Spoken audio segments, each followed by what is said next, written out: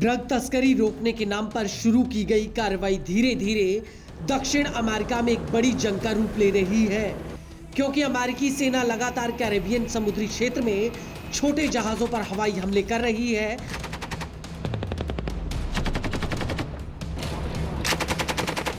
America का आरोप है कि इन नावों के जरिए वेनेजुएला से ड्रग्स की तस्करी की जा रही है और वेनेजुएला को लेकर ट्रंप का रुख काफी आक्रामक है। कई लोगों का मानना है कि ट्रंप वेनेजुएला में निकोलस मदुरो की सरकार का तख्ता पलट करना चाहते हैं और इन तमाम दावों के बीच अमेरिका ने दक्षिण अमेरिका में एक नए और बहुत बड़े मिलिट्री ऑपरेशन का ऐलान किया है। इस मिलिट्री ऑपरेशन को ऑपरेशन साउदर्न स्फीयर का नाम दिया गया है।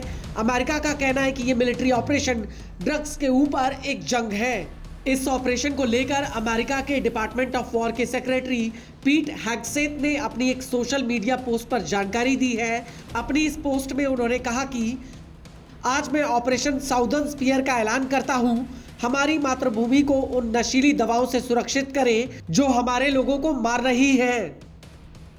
आपको बता दें कि जनवरी 2025 की शुरुआत में अमेरिका की दक्षिण कमांड ने शुरुआती रूप से इस ऑपरेशन को पेश किया था, जिसमें एडवांस टेक्नोलॉजी, जमीन पर चलने वाले रोबोटिक जहाज, छोटे रोबोटिक इंटरसेप्टर और वर्टिकल रोबोटिक टेक ऑफ जैसे एडवांस उपकरणों के इस्तेमाल की बात कही गई थी।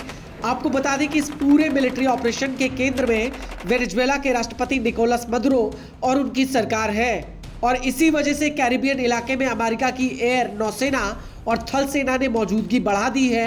अमेरिका का कहना है कि वो इस इलाके में अपनी सैन्य मजबूती करके ड्रग्स तस्करी को पूरी तरह से खत्म करना चाहता है। और खुद ट्रंप ने तीनों सेनाओं को वेनेजुएला से हो रही कथित ड्रग तस्करी पर कड़ी से कड़ी कार्रवाई की खुली छूट दी है। वहीं दूसरी तरफ अमेरिका के इस ऐलान के बाद वेनेजुएला के राष्ट्रपति निकोलस मदुरो ट्रंप के ऊपर भड़क उठे हैं। मदुरो ने अमेरिका के लोगों से अपील की है कि वो इस कार्रवाई को रोके, नहीं तो ये पूरे लैटिन अमेरिका के लिए एक त्रासदी बन जाएगी। मदुरो ने अमेरिकियों से ये भी पूछा कि क्या आप लैटिन अमेरिका में एक और गाजा चाहते हैं। Es el pueblo de Estados Unidos a quien me dirijo en este momento frente a estos 100 juristas de 34 países para decirle: paren la mano enloquecida de quien ordena bombardear, matar y llevar una guerra a Sudamérica, al Caribe. ¡Detengan la guerra! ¡No a la guerra! ¿Queremos otra Gaza ahora en Sudamérica? ¿Qué dice el pueblo de Estados Unidos? ¿Quieren una nueva Afganistán? ¿Quieren de nuevo Vietnam? ¿Quieren Libia otra vez? O lo que es peor, ¿quieren una nueva Gaza en Sudamérica? Déjeme decirle que no y que no. Y que aquí triunfará la paz, el derecho internacional.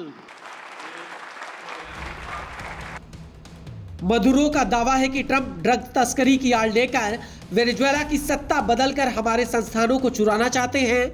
वहीं इस पूरे मामले पर Bolivarian alliance for the peoples of our America यानी ALBA ने चेतावनी दी है कि अगर ट्रंप एक संप्रभु देश पर दबाव डाले तो पूरा कैरिबियन इलाका एक अप्रत्याशित उथल पुथल में चला जाएगा। अल्बा का कहना है कि बल को थोपने की कोई भी कोशिश तुरंत पूरे दक्षिण अमेरिका के राजनीतिक, आर्थिक और सामाजिक स्थिरता को खतरे में डाल देगी।